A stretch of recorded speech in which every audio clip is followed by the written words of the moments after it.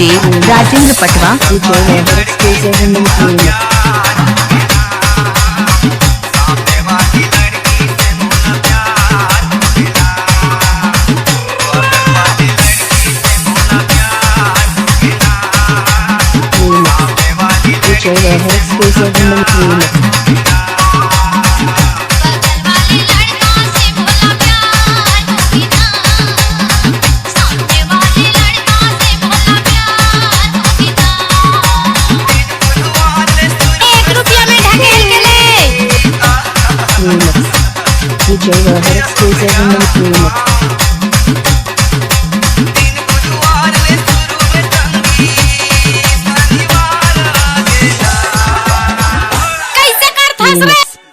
DJ Rohit exclusive in the remix.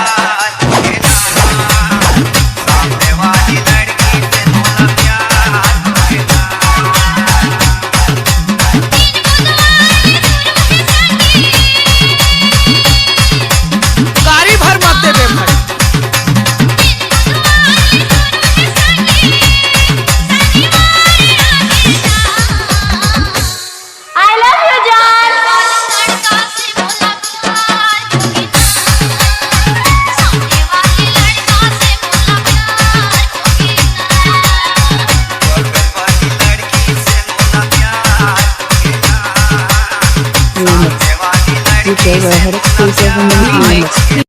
I love you, John. गाड़ी भर मत दे बे।